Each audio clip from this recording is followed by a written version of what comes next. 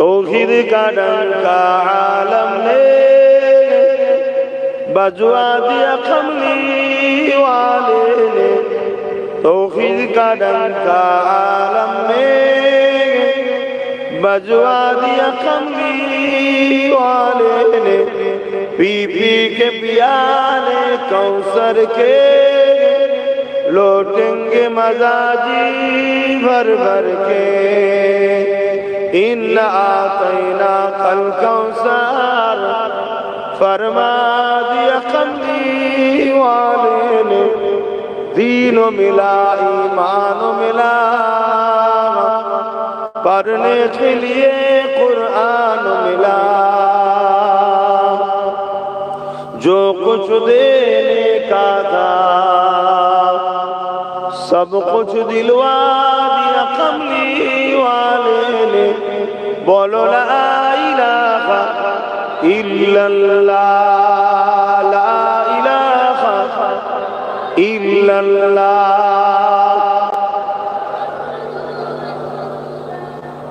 ला इलाहा इल्लल्लाह,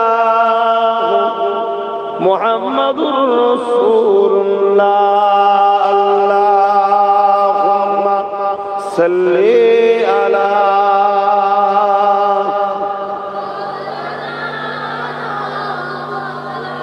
वला आलि सय्यिदना।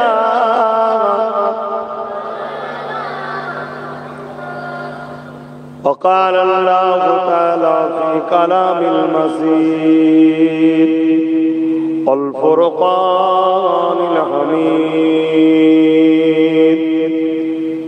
वमा ख़लक़्तुल जिन्ना वल इंसा इल्ला लियअबुदून। কি করছিস? শুধু ঘাটছিস কেন?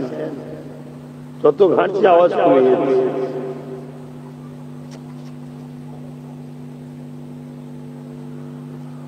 وقال النبي صلى الله عليه وسلم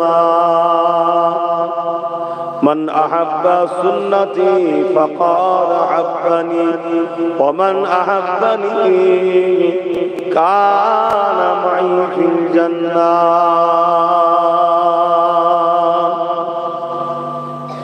উপস্থিত হাজিরানে মজলিস, আমার আব্বা জানেরা, আমার নওজোয়ান তরুণেরা, যুবকেরা, ছোট ছোট বাচ্চারা, উলামা হযরত, হাফেজে কোরআন, নামাজি, মুত্তাকি, ইমাম সাহেব বলেরা, পর্দার আড়ালে অবস্থিত আমাদের সকলের মা ও বোনেরা, আল্লাহ দরবারে শুকরিয়া, আজ আমাদেরকে আল্লাহ একটা ধর্মীয় মাহফিলে, দিন ইসলামের আলোচনার মাহফিলে আল্লাহ বসার তৌফিক দিয়েছেন। সকলে বলি আলহামদুলিল্লাহ। দুনিয়ায় হাজারো বসার জায়গা আছে, হাজারো বসার জায়গা আছে, কিন্তু তিনটে জায়গায় বসলে মহান স্রষ্টা রব্বুল আলামিন তিনি বড় খুশি ও রাজি হন। জোরে বলুন সুবহানাল্লাহ। প্রথম নম্বর হলো বাইতুল্লাহ, মসজিদ, আল্লাহর ঘর। মসজিদে যখন যে আমরা বসি নামাজের অপেক্ষায়, জামাতের সাথে নামাজ পড়বে অপেক্ষায়, এই বসাটাকে আল্লাহ বড় পছন্দ করেন। জোরে বলুন সুবহানাল্লাহ। দ্বিতীয় নম্বর হলো সন্তান যখন মা বাপের মুখের দিকে তাকিয়ে বসে, মায়া ভরা নজরে মায়ের মুখের দিকে তাকায়, বাপের মুখের দিকে তাকায়, এই যে বাপ মার মুখের দিকে যখন বসে মায়া ভরা নজরের দৃষ্টিতে দেখে, এই বসাটাতে আল্লাহ বড় খুশি হয়ে যায়। জোরে বলুন সুবহানাল্লাহ। তিন নম্বর হলো যেখানে আল্লাহর কথা হয়, ওই জায়গায় যখন বান্দারা গিয়ে বসে, আল্লাহর বান্দিরা দূরে পর্দার আড়ালে বসে, উদ্দেশ্য আল্লাহ রাসূলের কথা শোনার জন্য, আল্লাহ ইব্রাহিম ওয়ালাদের উপরে বড় রাজি খুশি হয়ে যায়। জোরে বলুন সুবহানাল্লাহ। এ থেকে বোঝা যায় আমরা গুনাহগার ঠিকই, কিন্তু এখন আমরা যে জায়গায় বসে আছি আল্লাহ রসুল আমাদের উপরে ইনশাআল্লাহ রাজি। বলুন ইনশাআল্লাহ। আল্লাহ আমাদের উপরে রাজি খুশি হয়ে যান। বলুন আল্লাহুম্মা আমিন। দুনিয়া চিরস্থায়ী নয়। কত মানুষ এসেছে, কত মানুষ চলে গেছে, কত মানুষ আসছে, কত মানুষ চলে যাচ্ছে। তবে মনে রাখবেন দুনিয়া কিন্তু একদিন ধ্বংস হবে। ইজা ওয়াকাতিল ওয়াকিলা লাইসা লিওয়াকাতিহা কাযিবা। কিয়ামত অবশ্যই হবে, যার মধ্যে কোনো মিথ্যা ও সন্দেহ নাই। এবং দুনিয়া সায়েন্স বিজ্ঞানীরাও বলছে, দুনিয়ার বিজ্ঞানীরাও বলছে যে পৃথিবী আর বেশি দিনের জন্য নাই। কেন? পৃথিবীটা যে প্লেটের উপরে ভাসমান, এই পৃথিবী পানির উপরে ভেসে আছে। এই পৃথিবীটার যে প্লেটটার উপরে আল্লাহ সৃষ্টিকর্তা ভাসিয়ে রেখেছেন, ওই প্লেটটাতে বড় ফাটল ধরেছে। তাদেরও গবেষণাও তারা বলছে পৃথিবী বেশি দিন আর নয়। কিন্তু আমরা কোন বিজ্ঞানী, কোন কারো কথা মানি না, কাউকে ফলো করি না। তবে হ্যাঁ, কাউকে অসম্মানও করি না। আমরা ফলো করি মানি সর্বকালে, সর্বদিক দিয়ে, সর্বদিক যুগের, সর্বকালের মহানায়ক হযরত প্রফেট মুহাম্মদ সাল্লাল্লাহু আলাইহি ওয়াসাল্লামকে মানি। জোরে বলুন সুবহানাল্লাহ। তিনিও আমাদেরকে নমুনা দিয়েছেন। সেই নমুনা অনুযায়ী পৃথিবী আর বেশি দিন নাই। আবার জিহালাত শুরু হয়েছে, আবার খুন খারাপি, দাঙ্গা, জুলুম, মারপিট, অত্যাচার, ফিতনা, ফাসাদ আবার পৃথিবীতে ছেয়ে গেছে। অতএব আর তো কোনো নবী আসবে না, এবারে ধ্বংস হয়ে যাবে। আল্লাহ এই জমিনকে সৃষ্টি করেছেন আমাদের পরীক্ষার হলের জন্য। সৃষ্টিকর্তা আমাদেরকে পরীক্ষা নিচ্ছেন। কিসের পরীক্ষা? ইল্লা লিয়াবুদুন। তোমাদেরকে আমি বানিয়েছি। মহান সৃষ্টিকর্তা কিতাবুল্লাহ, কালামুল্লাহ, कुरान मजीদের মধ্যে বলছে और कुरान एक ऐसी किताब है जिसमें गलत तो बहुत दूर की बात है। हजारों साल से बहुत आदमी ने कोशिश की है कुरान मजीद का एक गलत निकालने के लिए, मगर जो कोई भी है 20 साल 30 साल रिसर्च करने के बाद उन्होंने खुद फरमाया जे गलत निकला है, मगर वो किताब अल्लाह का नहीं, खुद का एक गलत पकड़ लिए हैं। क्यों? मैं कुरान को नहीं मानते हैं, यही सबसे बड़ा गलत है। फिर भी वो साइंटिस्ट और रिसर्च कुरान पाक को खुद मान लिए हैं। बोलिए सुभान अल्लाह। ये कुराনের বিরুদ্ধে বহু ষড়যন্ত্র চলছে, হাজার বছর ধরে ষড়যন্ত্র চলছে শুধু একটি ভুল বার করার জন্য। কিন্তু 1500 বছর ধরে কোরআন একটা জায়গায় দাঁড়িয়ে আছে, জালিকাল কিতাব লা রাইবা ফি। अरे दुनिया वालों, है कोई मेरे चैलेंज का मुकाबला करने वाले? आ जाओ। मैं कुरान कह रहा हूँ, इसमें गलत तो बहुत दूर की बात है, इसमें कोई शक भी नहीं, कोनो संदेह ही नहीं। जोरे बोलो सुभान अल्लाह। সেই কুরআন বলছে ওমা খালাকাল জিন্না ওয়াল ইনসা, মানব জাতিকে এবং জিন জাতিকে, যে জিন জাতি আমাদেরকে দেখতে পায় তাদেরকে আমরা দেখতে পাই না। কিয়ামতের দিন তাদের আগে আমরা দেখতে পাবো, তারা আমাদেরকে দেখতে পাবে। সেই জিন জাতি এবং মানব জাতি, এই দুই জাতিকে সৃষ্টি করেছেন ইল্লা লিয়াবুদুন, মহান সৃষ্টিকর্তার দাসত্ব করার জন্য।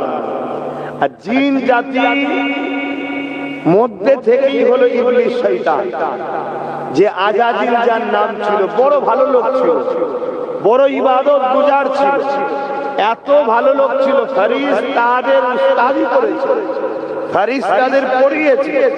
যখন খুশি জান্নাতে যেত, যখন খুশি জান্নাত থেকে বেরোতো, এত ভিআইপি লোক ছিল, শুধু ধ্বংস হলো কেন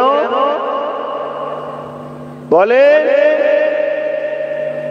তাজিম না করার জন্য। কি করার? তাজিম। বাপ আদম আলাইহিস সালামকে আল্লাহ বলেছিলেন সিজদা করো, ওই সিজদা তো ইবাদতের নয়, এটা তাজিমি। সমস্ত ফেরেশতারা সিজদা করলো, ইবলিস আজাজিল সিজদা করলো না। এই তাজিম না করার জন্য আল্লাহ তাকে কাফের ঘোষণা দিয়ে তাড়িয়ে দিলেন। আল্লাহর কথা হুকুম অমান্য করার জন্যই যদি আল্লাহ কাফের করতেন, তাহলে আমরা তো খোদার প্রচুর হুকুমকে অমান্য করে বসে বসে। এখানে অনেক লোক আছে আজকে মাগরিবের নামাজ, ভুল বলছি, আল্লাহ কিন্তু কাফের বলে, কিন্তু আল্লাহর মাহবুবকে তাজিম করেনি। আল্লাহ পাক তাকে সুযোগ দিয়েছিল, যাকে হেকারত করেছিল, অহংকারী ছিল, আল্লাহ তাকে তার রহমতের দরবার থেকে বিতাড়িত করে দিলেন। সেই ইবলিস শয়তান, সে হলো জিন জাতি। যাক, এই দুই জাতিকে আল্লাহ তৈরি করেছেন ইল্লা লিয়াবুদুন, মহান সৃষ্টিকর্তার দাসত্ব করার জন্য। এবার দাসত্বটা কি এটা জানা দরকার। দাসত্বটা কি এটা জানতে হবে। গরিবকে লুটা দাসত্ব না, গরিবকে সেবা করা দাসত্ব। এতিমকে সম্পদ লুটে লিয়াটা দাসত্ব না, এতিমের উপরে জুলুম করাটা দাসত্ব।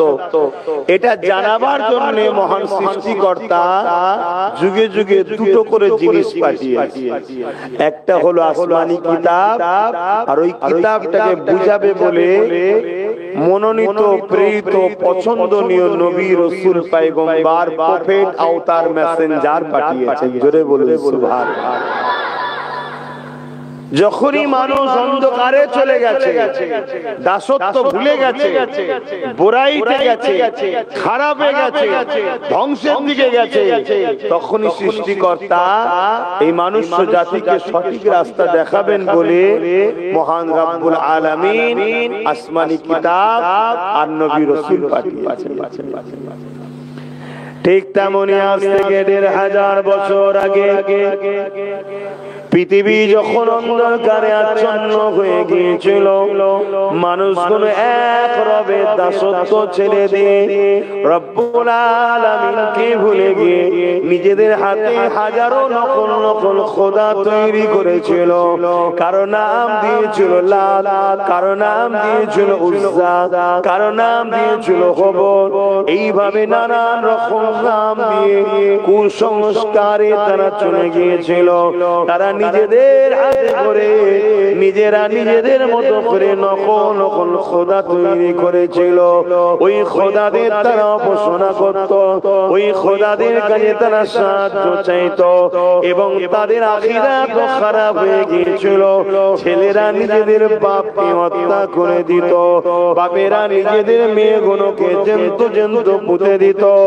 নারী সম্মান মর্যাদা চলে গিয়েছিল, নারী দিবাকে তারা ভোগের পাত্রী বানিয়ে দিয়েছিল।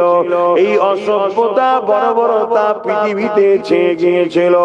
দাঙ্গা, খুন খারাপি, ফাসাদ হয়ে গিয়েছিল।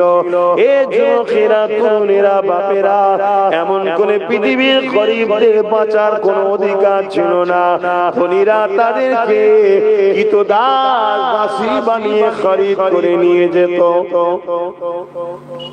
কারো ঘরে যদি সুন্দরী কন্যা থাকত, সেই দিক গরিব হতো, তাকে তৎকালীন সময় ভণ্ড, যারা ধর্মগুরু ছিল, ভণ্ড, তারা এসে ওই মেয়েকে তাদের তৈরি করা যে নকল খোদা, ওই খোদার স্ত্রী হবে, নাউযুবিল্লাহ, তাদের তৈরি করে।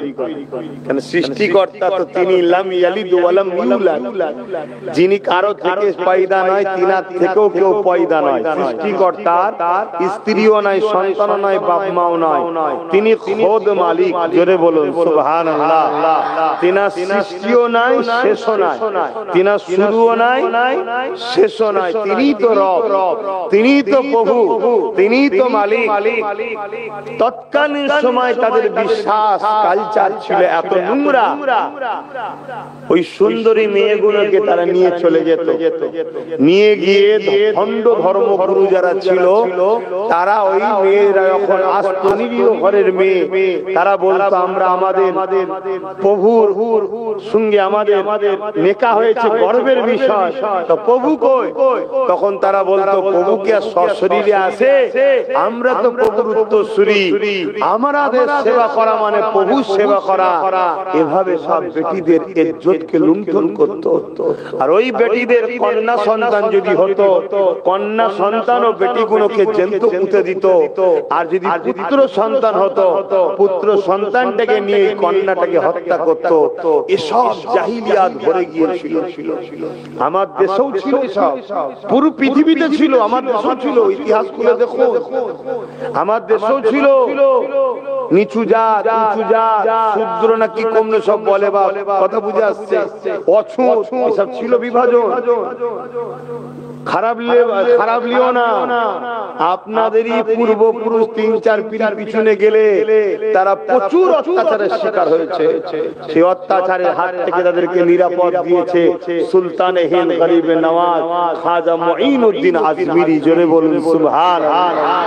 মানুষে মানুষে এত বিভাজন ছিল, গলায় ঘুন্টি ঝুলিয়ে দিত, ঘুন্টি ঢং ঢং ঢং ঢং করে বাজবে, আর সব উচ্চ বর্ণরা দরজাতে দেবে। কেন? ওদের মুখ দেখলে নাকি অশুভ হবে, বাঁচার কোনো অধিকার না। স্বামী মারা গেলে স্ত্রী নাকি কুপয়া, সেই স্ত্রীকে নেড়া করে দিত, স্ত্রীকে স্বামীর সঙ্গে পুড়িয়ে দিত। এত নোংরা নোংরা সব কর্মকাণ্ড ছিল, সে সব ইসলামের আলোতে মুছে পরিষ্কার হয়েছে। জোরে বলুন সুবহানাল্লাহ। আল্লাহ নবী দুনিয়া জমিনে আসলেন, নবী আমার আস্তে আস্তে বড় হতে লাগলেন। এসব অন্যায় অত্যাচার জুলুম অপকর্মগুলোকে দেখে আল্লাহ নবী বড় ব্যথিত হতে লাগলেন। নবী আবার বড় যখন হয়ে গেলেন, 40 বছর বয়স হয়ে গেল, আল্লাহ পাক হুকুম করে দিলেন, হে আমার দোস্ত পেয়ারা নবী মুহাম্মদ রাসূলুল্লাহ, আপনি নবুয়তের কাজ শুরু করেন। যুবকেরা, তরুণেরা, বাবেরা, এই জায়গাতে একটা কথা মনে রাখবেন, অনেকের আকীদা হলো 40 বছর বয়সে নবী নাকি নবুয়ত পেয়েছে। এটা হলো ভ্রান্ত আকীদা, এটা গুমরাহি আকীদা। এই আকীদা বিশ্বাস করলে কাফের হয়ে যাবে। আমার নবী পাক 40 বছর বয়সে নবুয়তের ডিউটি পালন করেছে। আমার নবী তো তখনও নবী ছিল যখন পানি কাদার সঙ্গে বাবা আদম মিলেছিল। আমার নবী তো তখনও নবী ছিল যখন আল্লাহ পাকের আরশ ছিল না, কুরসি ছিল না। আমার নবী পাক তো তখনও নবী ছিল যখন কোনো কিছু আল্লাহ বানাননি। আল্লাহ যখন নিজেকে প্রকাশ করতে চাইলেন, ইরাদা করলেন, তখন আল্লাহ কোন হুকুম করলেন, সঙ্গে সঙ্গে একটা নূর হলো। ওই নূরের নাম আল্লাহ পাক রেখেছিলেন মুহাম্মদ। এটা একটা ভ্রান্ত আকীদা মুসলিম সমাজের মধ্যে অমুসলিমরা ঢুকিয়ে দিয়েছে। এবারে ভাববেন অমুসলিমরা মুসলমানদের মধ্যে ঢুকালো। অমুসলিমদের অর্থে মুসলিম কিছু উলামারা তাদের অর্থে চলে, তাদের কথা মতো চলে। তারা কি করে? তারা এই অর্থ নিয়ে মুসলিম সমাজের কাছ থেকে একটা জিনিস কেড়ে নিতে চায়, যে জিনিসটা হলো মুসলমানদের পারমাণবিক শক্তির থেকেও পাওয়ার। যে দেশে পারমাণবিক শক্তি আছে ওই দেশকে সবাই ভয় করে তো নাকি? যে মুসলমানের কাছে এই পাওয়ারটা আছে, মুসলমানকে সবাই ভয় করে। ওই পাওয়ারটার নাম হলো ঈমান। পাওয়ারটার নাম কি? ঈমান। আর ঈমান কাকে বলে? হযরত মুহাম্মদ সাল্লাল্লাহু আলাইহি ওয়াসাল্লামের প্রেম ও আদবের নাম। নামাজের নাম ঈমান নয়, রোজার নাম ঈমান, এগুলো আমল। এগুলোর নাম কি? আমল। ঈমানদার যখন নামাজ পড়ে তখন নেকি হয়, ঈমানদার যখন রোজা রাখে নেকি হয়। ঈমান যদি না থাকে নামাজ পড়লেও নেকি ইমান যদি না থাকে রোজা রাখলে নাকি হয় না। তার মানে প্রথম আপনাকে স্কুলে ভর্তি হতে হবে, তবেই তো আপনি অ্যাডমিট পাবেন, ঠিক তো নাকি? প্রথম আপনি ভিসা লাগান, তবে তো জান্নাতের দেশে যাবেন। এক দেশ থেকে আরেক দেশে যেতে গেলে যদি ভিসা লাগে, তা দুনিয়ার দেশ থেকে জান্নাতের দেশে যাবেন, ভিসা লাগবে না? তো এই ভিসাটা হলো ঈমান। আর ঈমানটা কি? এই দিলে, এই অন্তরের মধ্যে, মুখে নয়। মুখেও স্বীকার করতে হবে, কিন্তু মেন হচ্ছে অন্তরে। অন্তরের মধ্যে গেঁথে লিয়া আল্লাহ ছাড়া কোনো মাবুদ নাই, আর মুহাম্মদ সাল্লাল্লাহু আলাইহি ওয়াসাল্লাম সবথেকে বেশি আদব ও প্রেমের জিনিস, তিনি হলেন আল্লাহর প্রেরিত রাসূল, নবী। জোরে বলুন সুবহানাল্লাহ। এটা যদি কেউ দিল থেকে মেনে নেয়, সেই যদি জীবনে কোনো ভালো কাজ নাও করে, নামাজ দিনের কাজ করতে পারলো না, ও আযাব খাটবে, শুনছেন? শাস্তি পাবে। কেন? ও তো ডিউটি করেনি, ও শাস্তি পেতে হবে। কিন্তু একদিন না একদিন ঈমানটা থাকার জন্য আসামি থেকে বেরিয়ে জান্নাতের হকদার কি টুপি, নামাজ, রোজা সব করেছে, ও জাহান্নামে ঢুকবে, কোনো দিনের জন্য বেরোবে না। এটা মাথার মধ্যে গেঁথে রাখবে, রেখে শুনবেন। সবকিছুর আগে কিন্তু ঈমান। ঈমান যদি না থাকে সব বেকার। তো এই আমাদের কাছ থেকে ঈমানটাকে কাটতে চাইছে কারা? ইসলামের দুশমনরা। অমুসলিমদের মধ্যে কিছু লোক আছে ইসলামের দুশমন, কিছু লোক আছে তারা ইসলামের দুশমন নয়, অথচ ইসলামকে মানে, কিন্তু দুশমনও নয়। কথা বুঝে আসছে? যেমন নেতাজি ছিল ইসলামের দুশমন নাকি? গান্ধী বাবু ইসলামের দুশমন নাকি? এরকম প্রচুর মহামানব আছে যারা খুব ভালো লোক ছিলেন, খুব ভালো লোক, তারা মানব প্রেমিক লোক, কিন্তু তাদের লা তাকনাতু মির রাহমাতিল্লাহ হিদায়াত কপালে ছিল না। তারা ইসলামে আসেনি, কিন্তু ঘৃণা করেনি, সমালোচনা করেনি, বিরোধী করেনি। কিন্তু কিছু অমুসলিম আছে, তারা এই মুসলিমদের মধ্যে কিছু মুনাফিক মুসলিমদের সঙ্গে প্যাক্ট হয়ে একটা কাজ করতে চায়। কি করতে চায়? মানুষের খোদা হতে চায়, মানুষের প্রভু হতে চায়। মানুষ আমার দাস দাসী থাকবে, আমি উচ্চ বর্ণ, আমি যা বলবো তাই, আমি পীর সাহেব, বাকি সব মুরিদ আমার পায়ের তলার জুতো হবে। এই মেন্টালিটি, যেটা আপনারা বুঝবেন, তাই তো নাকি? এটা ইসলামে কি ইজাজত আছে? এই আমি পীরের ছেলে, যদি তোমাদেরকে মনে করে এটা মুরিদ, এই আমার পায়ের জুতো ধুলোর উপযুক্ত নয়, এসব ভাবা ইসলামে নিষেধ। শুনছেন তো নাকি? আপনি মানুষ, আপনি মানুষ, আর আপনাকে একটা ইসলাম শিক্ষা দিয়েছে কি? তোমাকে যে দিনের শিক্ষা দেবে বা ভালো শিক্ষা দেবে, তাকে তুমি কিন্তু উস্তাদের সম্মান দাও। এটা আবার আপনাদের দায়িত্ব। তা আপনাদের সঙ্গে আমাদের সম্পর্ক পীর মুরিদি, ছাত্র উস্তাদের। কিন্তু তা বলে ঘৃণা করা, অসভ্যতা করা, অছুত ভাবা ইসলামে হারাম। শুনছেন? কিন্তু এই সমাজে একদল মানুষ আছে, তারা এই গরিবদের ঘরে লুটতে চায়, গরিবদের ঘরে লুটতে চায়। তারা এই মুসলমানদের ঘরে বড় ভয় করে। ওই অমুসলিমদের মধ্যে যারা গরিবদের লুটতে চায়, তারা ইমানদার মুসলমানদের বড় ভয় করে। কেন? ইমানদার মুসলমানের শর্ত হলো একটা, অন্যায় দেখলে হাত দিয়ে রুখবে। তাহলে কোন অমুসলিমকে যদি জুলুম হয়, ওই মুসলমানের মধ্যে যদি ঈমান থাকে, তার কাজ কি? হাত দিয়ে। অমুসলিম তো কি হয়েছে? ওর উপরে জুলুম হচ্ছে, ওর পাশে দাঁড়িয়ে যে জুলুম করছে তার বিরুদ্ধে লড়াই করবে। এটা ইসলামের হুকুম। শুনছেন তো নাকি? শরীয়তটাকে জানো। দ্বিতীয় নম্বর, যদি হাত দিয়ে লড়তে নাও পারে, দ্বিতীয় স্তরের ঈমান কি? সে মুখ দিয়ে প্রতিবাদ করবে। তৃতীয় স্তরের ঈমান কি? সে যদি মুখ দিয়ে প্রতিবাদ না করতে পারে, অন্যায়কে ঘৃণা করে দূরে সরে যাবে, কমসে কম সাপোর্ট করবে না। আর এই তিনটের মধ্যে যদি কোনোটা না থাকে, রাসূল বলছে তার মধ্যে ঈমান থাকবে না। এই যে জালিম যারা মানবরূপী মানুষের প্রভু হতে চায়, এরা দেখছে মুসলমান, এরা তো অন্যায় দেখলেই রুখবে। তাহলে আমরা যে গরিবদের ঘরে কৃতদাস দাসী বানাবো আবু জেল উদ্বার মতো করে, তাহলে সব থেকে বড় আমার বিরুদ্ধে দাঁড়াবে হলো কারা? ইমানদার মুসলমানরা। সব মুসলমানরা নয়। কে বলেছে সব মুসলমানরা দাঁড়ায়?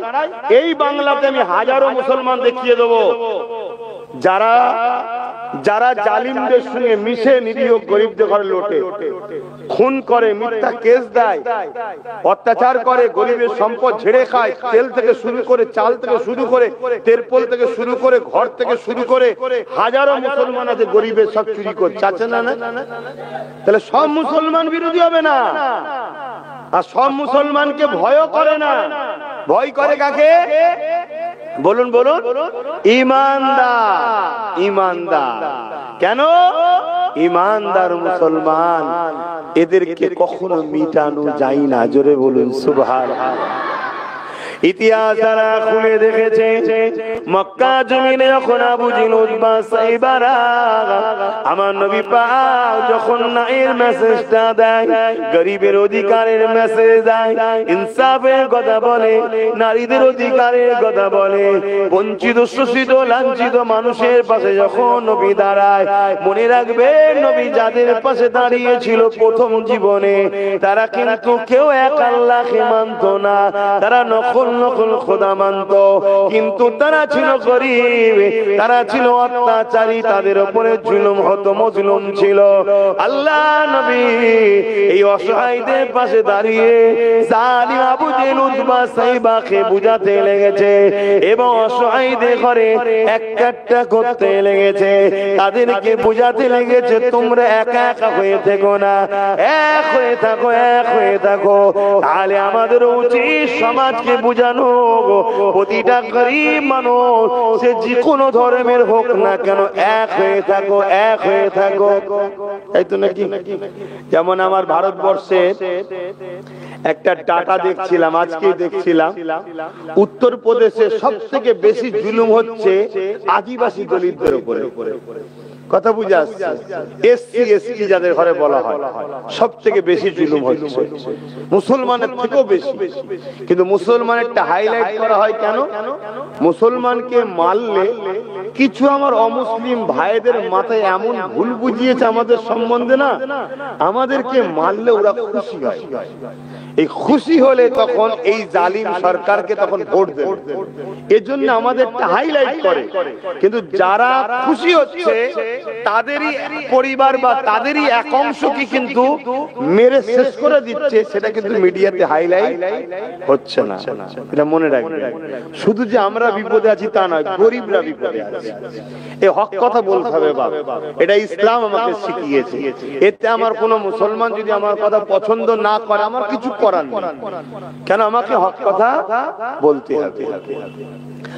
আল্লাহ নবী যখন ন্যায়ের কথা বললেন, আল্লাহ নবী যখন হক কথা বললেন, আল্লাহ নবী যখন গরিবদের পক্ষে দাঁড়ালেন, আল্লাহ নবী যখন বিধবাদের অধিকারের কথা বললেন, আল্লাহ নবী যখন এতিমদের অধিকারের কথা বললেন, আল্লাহ নবী যখন বঞ্চিত শোষিত মানুষের পাশে দাঁড়ালেন, তৎকালীন সময় জালিম শাসক ছিল আবু জিহল উতবা সাইবা। তারা দেখলো মুহাম্মদ রাসূলকে রুকানা যায়, মুহাম্মদ রাসূলের আহ্বানে দলে দলে মানুষ একটা হয়ে যাবে, তাহলে আমাদের জুলুমের সাম্রাজ্য মিটে যাবে। তাই তারা আমার নবী পাকের চরম বিরোধী করতে লাগলো। কত বিরোধী করেছিল, আল্লাহ নবীকে কুয়া করেছিল, ওই কুয়ায় নবী যাবার পথে তার উপরে হালকা পাতলা কিছু চাপিয়ে দিয়েছে, যাতে করে নবী পাক গিয়ে পড়ে যায়, আর এরা মাটি চাপা দিয়ে আমার রাসূলকে শহীদ করে দেবে। আরে দুনিয়া অপরাধ কি ছিল আমার নবীর? আমার নবীর অপরাধ হলো গরিবদের বন্ধু হয়েছিলেন নবী, অসহায়দের সাথী হয়েছিলেন নবী। যে গরিবদের বন্ধু হয়েছিল, ওই গরিবের কোন ধর্ম ছিল? তারা কেউ তো আল্লাহকে মানত না। আল্লাহ নবী তাদের পাশে দাঁড়িয়ে তাদের হয়ে কথা বলেছে, আর নবী পাকের আখলাক ব্যবহার দেখে তারা দলে দলে দলে দলে আমার নবী পাককে মেনে নিয়েছে, আমার নবীর প্রত্যেকটা কথাকে বিশ্বাস করে নিয়েছে।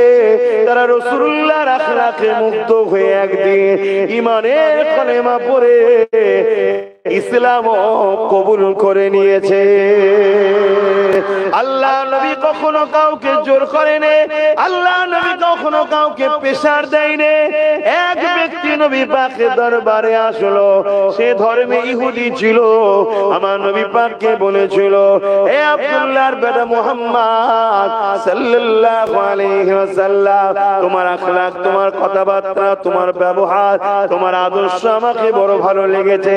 তবে আমি ইহুদি ধর্ম গুরুর ঘরের ছেলে, অর্থাৎ মুসলমানদের যেমন আলেম বলা হয়, ইহুদি কিতাবের যে আসমানি কিতাবের আলেম আছে, সেই আলেম ধর্ম গুরু ঘরের ছেলে আমি। আপনার সফর সাথী হয়ে থাকতে চাই, আপনার সোবতে থাকতে চাই, আপনার সঙ্গে উঠা বসা ঘোরাঘুরি করতে চাই, আপনি যেখানে যাবেন আপনার সঙ্গে যেতে চাই। তবে কিন্তু একটা কথা, আমি আমার ইহুদি ধর্ম ছাড়ব না। আল্লাহ নবী মুচকি হাসলেন, এসে বললেন, থাকতে পারো, আমার সঙ্গে তুমি যেতে পারো, এই ইজাজত দিলেন। ওই মানুষটা রাসূল, যুবকটা রাসূল পাক সাল্লাল্লাহু আলাইহি ওয়াসাল্লামের সাথে 7 বছর ছিল। ক বছর? 7 বছর। যেখানে যেতেন নবী ও সাথে যেতেন। নবী পাক সাল্লাল্লাহু আলাইহি ওয়াসাল্লামের সঙ্গে সর্বসময় ঘুরতেন, কথাবার্তা, দরবারে এসে বসতেন। কথা বুঝে আসছে? একটা দিন ওই যুবকটা একটা অভ্যাস ছিল, আমার নবীকে বলেছিলেন যে আপনার মতো মহামানবের আমি সেবা করতে চাই। কি সেবা করতে চাও? না, আপনি যখন মসজিদে নববীতে ঢুকবেন, আমি তো ঢুকবো না, কারণ মসজিদে মুসলমান, আপনি যাবেন, আমি যে কি করব? অতএব তখন আপনার জুতোটা আমি খুলে আমার কাছে আপনার নালাইন শরীফ, যেটা জুতা মোবারক, আমি রাখবো। আল্লাহ নবী বললেন, বাবা এ কাজ তুমি কেন করবে বাবা? এর জন্য অন্যজন রয়েছে, তারা করবে। তখন সে বলল, না, আমি আপনার কাছে আশা রাখবো, আর আপনি বড় দয়ালু, আপনি আমাকে এই কাজ থেকে সরিয়ে দেবেন না। জোরে বলুন সুবহানাল্লাহ। আল্লাহ নবী তার এই কথাতে রাজি হয়ে গেলেন, তাকে নিরাশ করলেন না। সে প্রতিদিন ওই রাসূলুল্লাহ যখন নববীতে ঢোকে, জুতা খুলে নেয়, নিয়ে দাঁড়িয়ে থাকে। হুজুর নামাজ পড়ে বেরিয়ে যখন আসে, জুতা লাগান, হুজুর জুতা পরে আবার সফরে যায় ও হুজুরের সাথে ঘরে। একদিন জুতা খোলার সময় তো হুজুর দেখলেন জুতাটা অন্য একজন নিচ্ছে। কিছু বললেন না, চলে গেলেন, নামাজ পড়লেন, কথাবার্তা বললেন। বেরিয়ে যখন আসছে, জুতাটা লাগাচ্ছে অন্য এক সাহাবী। তখন হুজুর জিজ্ঞেস করলেন, বাবা আমার অমুক ইহুদির যুবকটা কোথায় গেল? সে ছেলেটা কেন দেখতে পাচ্ছি না? তখন সাহাবী বললেন, হুজুর ও কঠিন বিমারে পড়েছে। আজানটা হয়ে যাবে, নামাজ পড়াই করি। 8:30 9:30 করাই।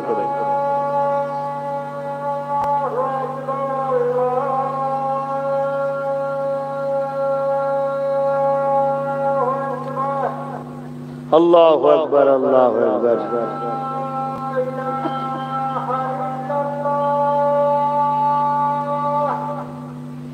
আশহাদু আল্লা ইলাহা ইল্লাল্লাহ।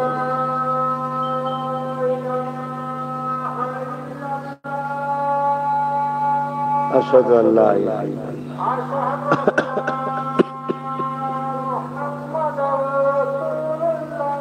সাল্লাল্লাহু আলাইহি ওয়াসাল্লাম।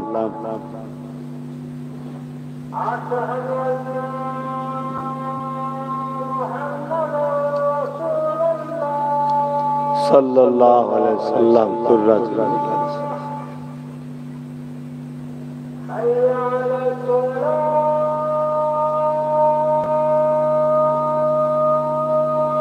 লা হাওলা লা হাওলা।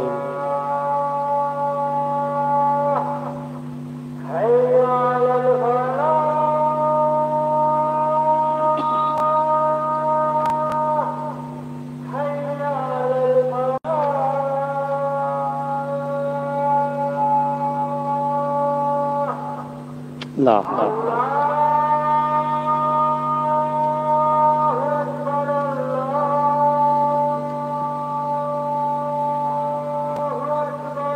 الله أكبر الله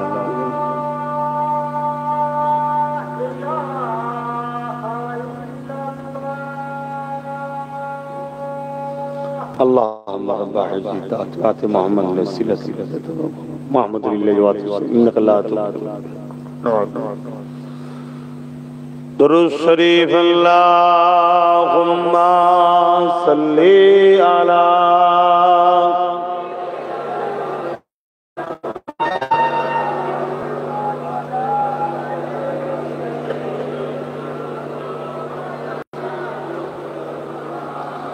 रातें भी मदीने की बातें भी मदीने की रातें भी मदीने की बातें भी मदीने की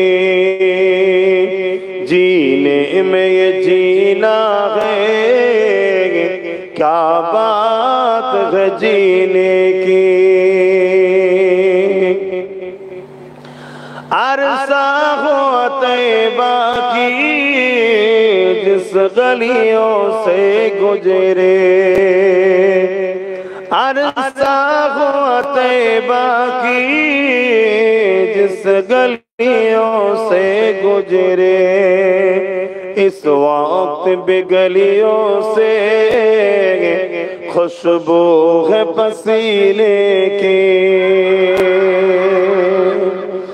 আমার নবীকে আল্লাহ খুশবু বানিয়েছে আমার নবী পাককে আল্লাহ খুশবু বানিয়েছে কবে মক্কা মদিনা যেসব রাস্তা দিয়ে আল্লাহ রাসূল ঘুরেছেন আজও সেসব রাস্তায় হুজুরের খুশবু পাওয়া যায় জোরে বলুন সুবহানাল্লাহ আমার নবী এমন একটা খুশবু আমার নবী পাক সাল্লাল্লাহু আলাইহি ওয়াসাল্লামের পাসিনা মুবারককে আম্মা জানরা গা থেকে নিয়ে পাত্রে ভরে রাখতেন কেননা গরীবদের ছেলেরা যখন বিবাহ করতে যেত তাদের তো আতর কেনার সামর্থ্য ছিল না এই পাসিনা তাকে লাগিয়ে দেওয়া হতো পুরো মজলিস পুরো বিবাহ অনুষ্ঠান বলতো ইতিহাস বলছে গল্প নয় এবং তারিখে হাদিস যে খুশবু পেয়েছো কোথায় তো আরবের কোন জায়গায় পাওয়া যায় না জোরে বলুন সুবহানাল্লাহ আল্লাহ নবী যদি কোন রাস্তা দিয়ে যেতে সাহাবারা পরবর্তী যদি রাস্তা দিয়ে যেত সাহাবারা বুঝতেই পারতেন এখান থেকে হুজুর গেছেন জোরে বলুন সুবহানাল্লাহ খুশবু আহা এই বিষয়ে একটা কথা বলি শোনেন ইসলামের চরম দুশমন ছিল আবু জেহেল ওই আবু জেহেলের ছেলে ছিল ইকরামা আবু জেহেল চেয়েছিল ইসলামকে মিটিয়ে দেবে আজও যারা চাইছে ইসলামকে মিটাবে তাদের সঙ্গে আল্লাহ দুই ধরনের ফয়সালা করবে আগেও করেছে আজও করবে হয় তাদেরকে আল্লাহ একেবারে ফিরাউনের মতো মিটিয়ে দেবে নচেত আমার আল্লাহ তাদেরকে ইসলাম কবুল করিয়ে দিনের খাদেম বানিয়ে দেবে এ নওজওয়ানেরা তার একটা নমুনা হলো হযরত উমর ফারুক রাদিয়াল্লাহু তাআলা যিনি অস্ত্র নিয়ে বেরিয়েছিলেন আমার নবীকে শহীদ করে দেবেন কিন্তু সেই অস্ত্র নবীর কদমে দিয়ে বলল ইয়া রাসূলুল্লাহ হাবিবাল্লাহ আমি ওমর ভুল করেছি আমি খাত্তাবের বেটা ওমরকে আপনার কদমে একটু জায়গা দেন এই বলে ঈমানের কালেমা পড়ে तमाम পৃথিবীর জালিমদের সিনাতে ওমর ফারুক এখনো আতঙ্ক হয়ে বসে আছে প্রত্যেকটা জালিম এখনো ওমর হুজুরের নাম শুনলে ভয় খায় কখন যেন ওমরের কোন উত্তরসূরি না চলে আসে কেন আল্লাহ দুটো ফয়সালা করেছে যারা ইসলামের বিরুদ্ধে লেগেছিল হয় তাকে হিদায়াত করে ইসলামের বড় খাদেম করে দিয়েছে যেমন আমার দেশের বাবরি মসজিদে যিনি প্রথম আঘাত দিয়েছিলেন আল্লাহ তাকে হিদায়াত করে 100টা মসজিদ বানাচ্ছে জোরে বলুন সুবহানাল্লাহ ইসলামের আলোকে যুগে যুগে মানুষ নিভাতে চেয়েছে যারা নিভাতে চেয়েছে হয় ওই আলোই তারা আলোকিত হয়ে গেছে না হয় ওই আলোর রশ্মি সহ্য না করতে পেরে পুরো ছারখার হয়ে গেছে দুটোর মধ্যে বুশ চেয়েছিল ইসলামকে মিটিয়ে দেবো বুশের কন্যাকে আল্লাহ ইসলামের আলোয় আলোকিত করে কোরআনের হাফেজা বানিয়ে দিয়েছে জোরে বলুন সুবহানাল্লাহ আজকের দিনে তো আমার ভারতবর্ষ জুড়ে ইসলামের পিছনে একদল লোক লেগেছে জানি এটা অবশ্যই রাজনীতি, শুধুমাত্র রুটি শাকার চক্রান্ত, কিন্তু এই রুটিতে থাকতে গিয়ে হাজারো নিরীহ মুসলমান শহীদ হচ্ছে, হাজারো মসজিদ, হাজারো মাদ্রাসা শহীদ হচ্ছে, বেউজ্জতি হচ্ছে। মনে রাখবেন, এই জুলুম যারা করছে এদের সঙ্গে দুটোর মধ্যে একটা বিচারীরা পাওনাদার। হয় ইসলামের আলোতে এরা পুরো ছারকার হয়ে যাবে, আর না ইসলামের আলোতে এরা অবশ্যই সেদিন বেশি দিন নয় দলে দলে ইমানের কালেমা পড়ে সব মুসলমান হয়ে যাবে। জোরে বলুন সুবহানাল্লাহ। আপনি মিলিয়ে নেবেন আমার কথা, আমি থাকি চাই না থাকি, ইতিহাস হাজার হাজার বছর ধরে এটাই ইতিহাস হচ্ছে। আবু জেহেল ছিলেন ইন্টারন্যাশনাল ইসলামের বড় দুশমন। সেই আবু জেহেলের ছেলে ইকরামা, সে একদিন রাস্তা দিয়ে যেতে লেগেছে, সেও ছিল বাপের মতো ইসলামের বড় দুশমন। আমার নবী পাককে বড় ঘৃণা করত, নবী পাকের বিরুদ্ধে অনেক রকম ষড়যন্ত্র চালিয়েছিল, বাপের কাঁধে কাঁধ মিলিয়ে চলতো। কিন্তু রাস্তা দিয়ে একদিন এদিক দিয়ে যায়, ওদিক দিয়ে আমার রাসূলুল্লাহ রাস্তা দিয়ে আসে। যখন আমার নবী পাকের চেহারা দিকে নজরটা পড়েছে, আর আবু জেহেলের ছেলে ইকরামা যে এত নবী পাকের বিরুদ্ধে ষড়যন্ত্র করত, এত জুলুম করেছে, এত অত্যাচার করেছে, এত পিছনে ক্ষতি করার চেষ্টা করেছে, ইকরামা যখন আমার নবী পাককে দেখতে পায় আর নিজেকে কন্ট্রোল করে রাখতে পারেনি। এই যুবকেরা বুঝাবার জন্য বলছি, নবীর সঙ্গে তো কারো তুলনা হয় না। যেমন লোহা নিজেকে কন্ট্রোল রাখতে পারে না, চুম্বকের কাছে ছুটে চলে যায়, আমার রাসূলুল্লাহর কাছে ইকরামার কন্ট্রোল করতে পারলো না, ছুটে গিয়ে আমার নবীকে জড়িয়ে ধরে ফেলেছে।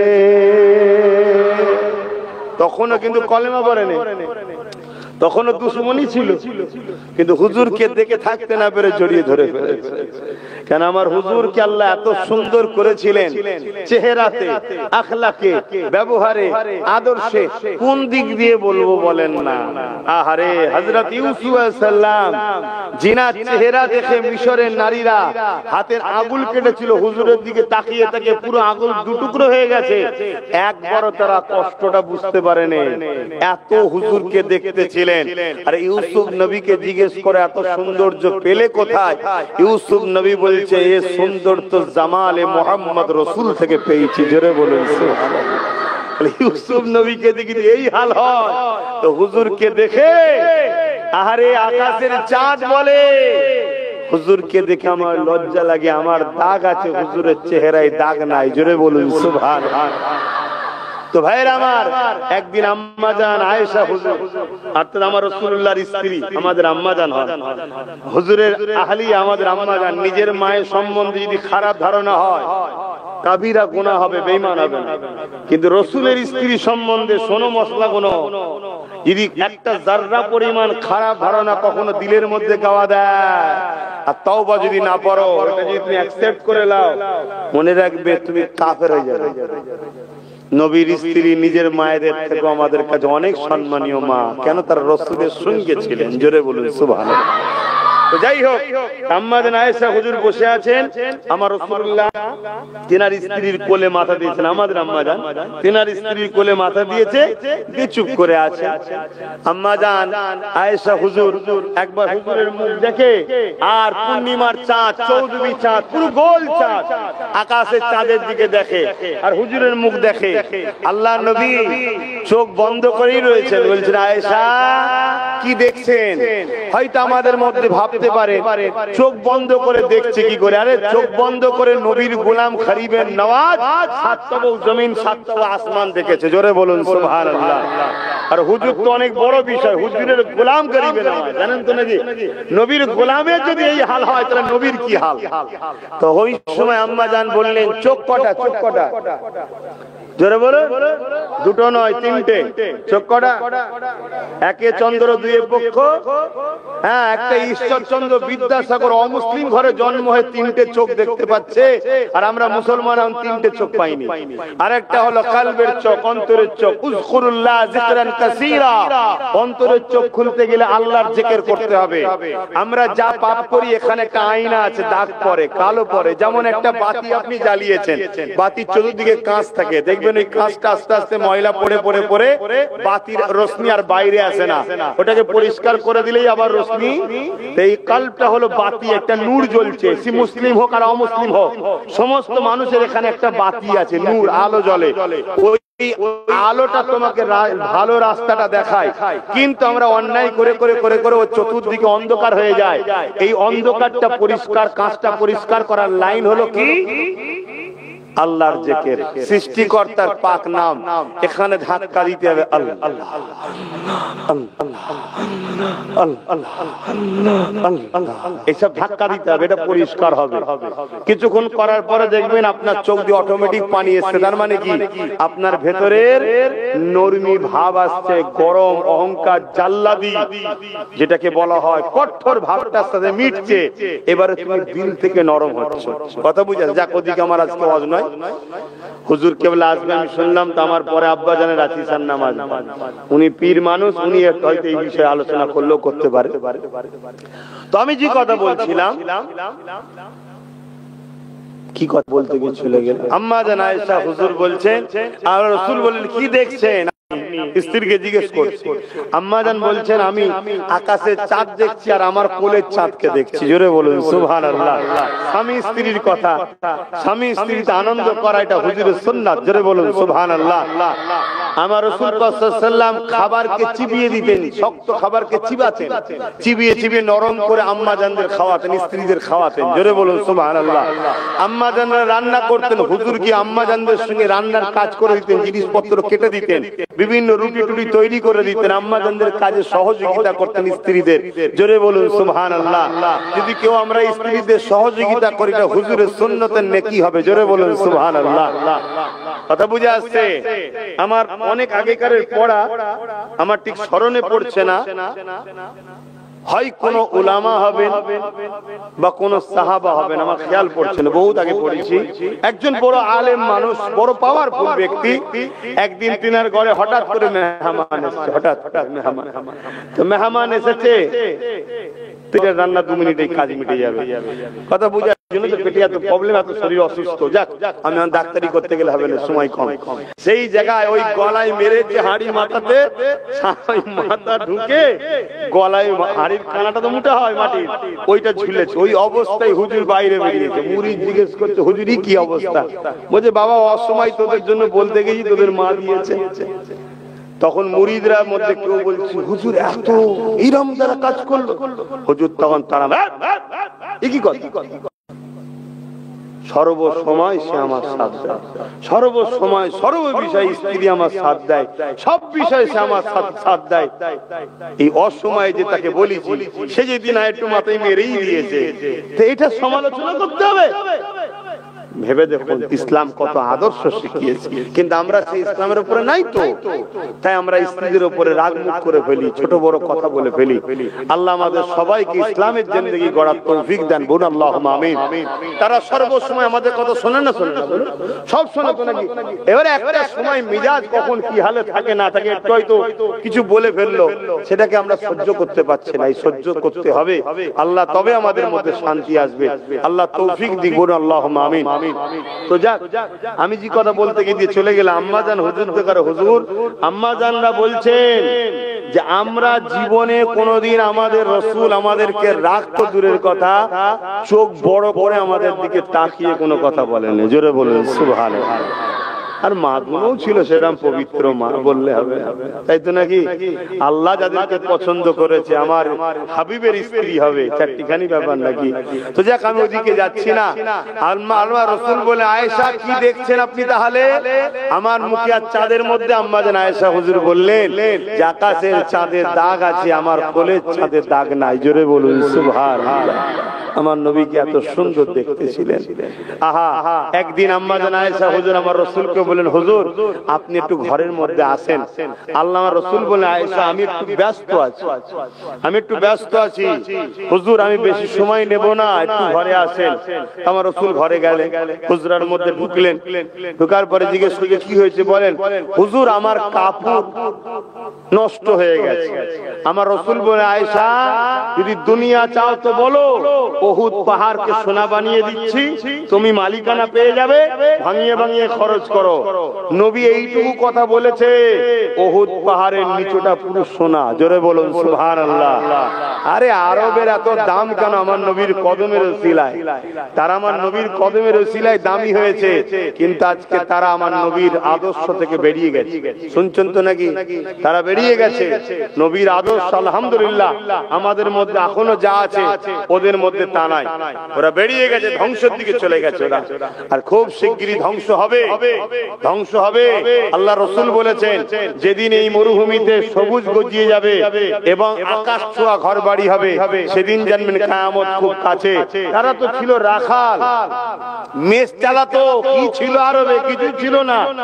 আমার নবী আসার আগে পর্যন্ত সবথেকে গরীব, সবথেকে পিছিয়ে, সবথেকে আনকালচার তারা ছিল। আর এখন পৃথিবীর সবার দাদা তারা।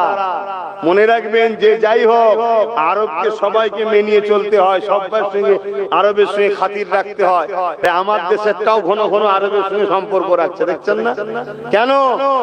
ওখানে হুজুরের কদম আছে, কদম, মাটির তলাটাও সোনা তেলে ভর্তি। জোরে বলুন সুবহানাল্লাহ।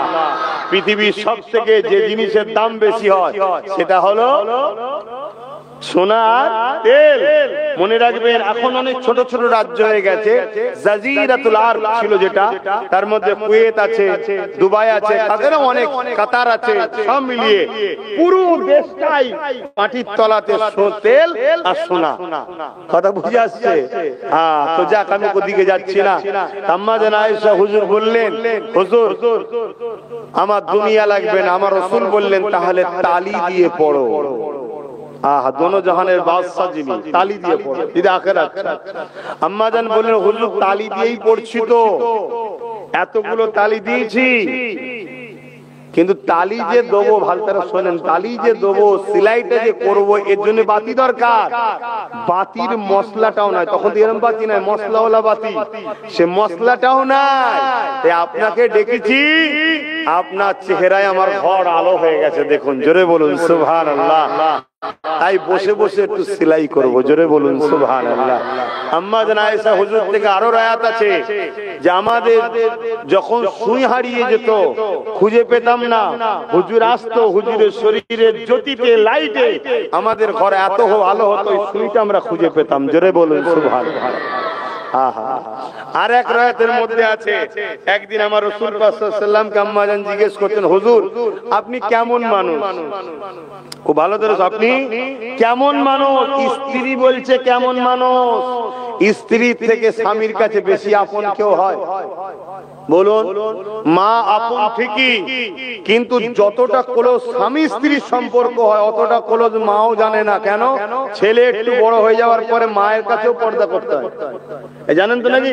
কিন্তু স্ত্রীর কাছে কোনো পর্দা আছে? কথা বলেন।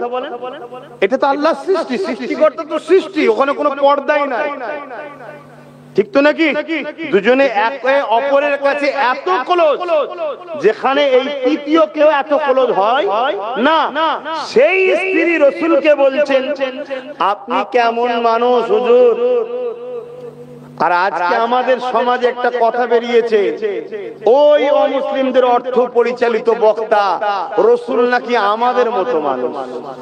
বলে না? বলে না? বলুন নাউজুবিল্লাহ। বলে। আম্মা জান আয়েশা হুজুরের এই কথা শুনে আল্লাহর নবী বললেন, একটা দুপাট্টা নিয়ে আসো। দুপাট্টা মানে ওন্না, দুপাট্টা নিয়ে আসলো। আল্লাহর নবী দুপাট্টাকে আম্মা জানের হাতে দিলেন, এরকম করে মজবুত করে নিজের পেটের কাছে দিয়ে এই জোর মুখ দুটো আম্মা জানের হাতে দিলেন, দিয়ে বললেন, পিছন থেকে টানো আয়েশা। আম্মা জান আয়েশা হুজুরকে বললেন, পিছন থেকে টানেন। আম্মা জান আয়েশা হুজুর পিছন থেকে টানলেন। যখনই টানলেন, আমার রাসূল একটু লুজ দিলেন। লুজ দিলে কি হবে? আম্মা জানের কোলে চলে গেলেন। স্বামী স্ত্রী, স্বামী স্ত্রীর কোলে গেলেন, আম্মা হাসলেন। অর্থাৎ স্বামী স্ত্রী আনন্দ করা, এটা হলো সুন্নাত। জোরে বলুন সুবহানাল্লাহ। তো সেই জায়গা আম্মা জান বললেন, হুজুর আপনি যদি লুজ দেন তো টানবো কি করে? আল্লাহ রাসূল বললেন, ঠিক আছে টানো। আবার টানলেন, আবার রাসূল পাক সাল্লাল্লাহু আলাইহি ওয়াসাল্লাম আম্মা জানের সঙ্গে একটু আনন্দ করলেন, লুজ দিলেন, আবার কোলে চলে গেলেন, আম্মার কোলে শুয়ে পড়লেন। আবার রাসূল পাক বললেন, আয়েশা এবারে কিন্তু আমি খুব মজবুত করে ধরে আছি, তুমি টানো। আম্মা জান আয়েশা হুজুর জোরে টানলেন। ভাই যদি টানে কি হবে?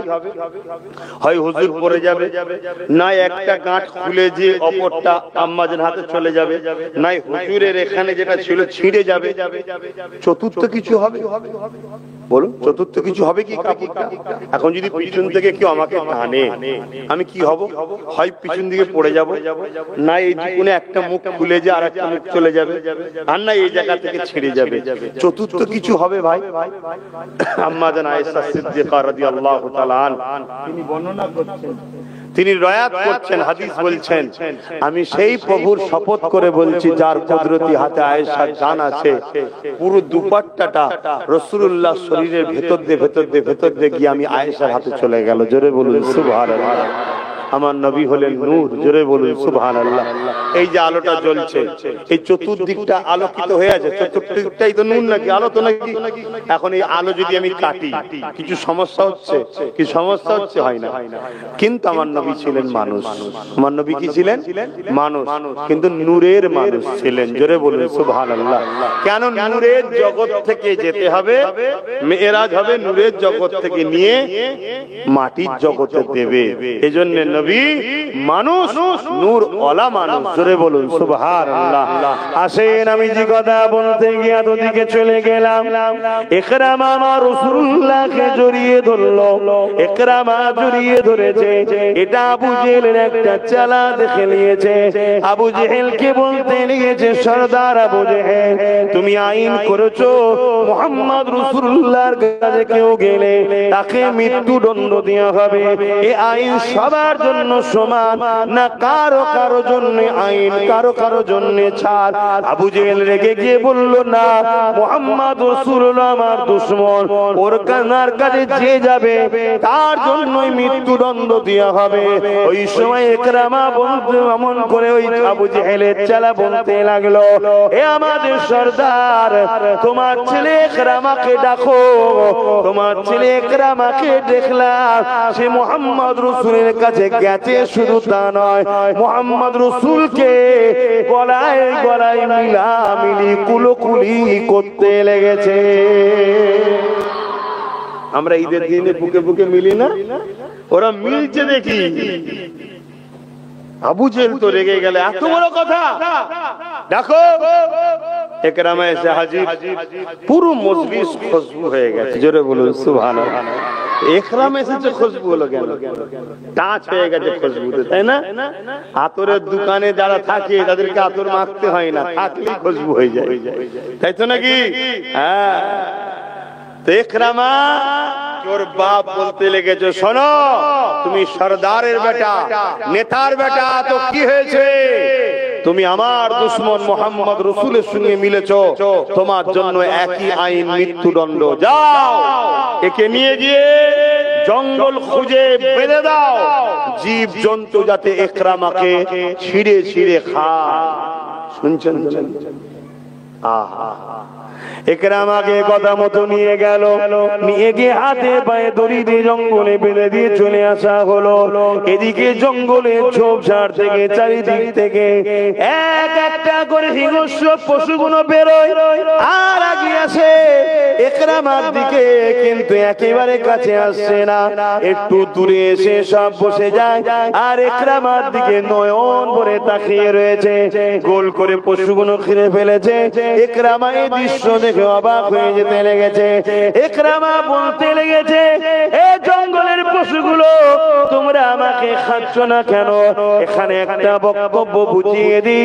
অনেকের মাথায় যেতে পারে মানুষের কথা পশু বুঝলো কি করে, আর পশুর কথা মানুষই বুঝলো কি করে? যদি আমরা ঘরে পাখি পুষতে পারি, আর ওই পাখিকে যদি আমরা আমাদের ভাষা শিখাতে পারি, পাখি যদি আমাদের মতো ভাষা বলতে পারে, আমি তুমি যদি করতে পারি, সৃষ্টিকর্তা চাইলে কেন পশুর জবান থেকে মানুষের কথা বেরোবে না? আর মানুষের কথা পশুই বা কেন বুঝবে না? আর একটু নমুনা দিয়ে যায়, এই কিয়ামত আসছে, একদল পশু বেরোবে যার নাম হলো দাব্বাতুল আর। ওই পশুগুলো মানুষের সঙ্গে কথা বলবে, মানুষের সঙ্গে উঠা বসা করবে, ও মানুষকে টাচ করবে। যারা মুমিন মুসলমান হবে, যখন এই পশুগুলো টাচ করবে, তার মুখমণ্ডলটা নূর আলা নূর হয়ে যাবে। খুব শিগগিরই এই পশু বাহির হবে। একেবারে তো কিয়ামত কাছের দিকেই চলে এসেছে, বেশি দিন তো আর নাই, তারপরেও বলবো আল্লাহু আলাম, আল্লাহ ভালো জানে। কিন্তু নমুনা যা পাচ্ছি বেশি দিন আর কায়াম দুনিয়া নাই। তো সেই জায়গায় দাব্বাতুল আরদ বলে একটা পশু বাহির হবে। কথা বুঝে আসছে? এই যুবকেরা, তরুণেরা, এমন নবী পাকের প্রেমিকেরা, আরেকটা প্রমাণ দিয়ে যায় বুখারী হাদিস। আল্লাহ নবী মসজিদে নববী শরীফে একটা খেজুর গাছের গুড়ি, কাটা শুকনো খেজুর গাছের গুড়ি, ওই গুড়িতে হেলান দিয়ে আল্লাহ নবী খুতবা দিতেন, ওয়াজ শুনেছেন সবাই। যখন নবী পাকের এক সাহাবী বললেন এই গুড়ির মেম্বারটাকে পাকা করে দেওয়া হবে, ওই সময় গুনগুন করে কান্নার আওয়াজ আসছে। আল্লাহ নবী খেয়াল করলেন কোথা থেকে কান্নার আওয়াজ আসছে, দেখছে শুকনো কুড়ির খেজুর গাছটা কাঁদছে। আল্লাহ নবী কথা বলতে শুরু করলেন, সেও কথা বলতে হুজুরের সঙ্গে শুরু করলো। মনে রাখবেন সব ক্ষমতার মালিক হলেন আল্লাহ, যিনি তোমার আমার জবানে কথা দিয়েছে।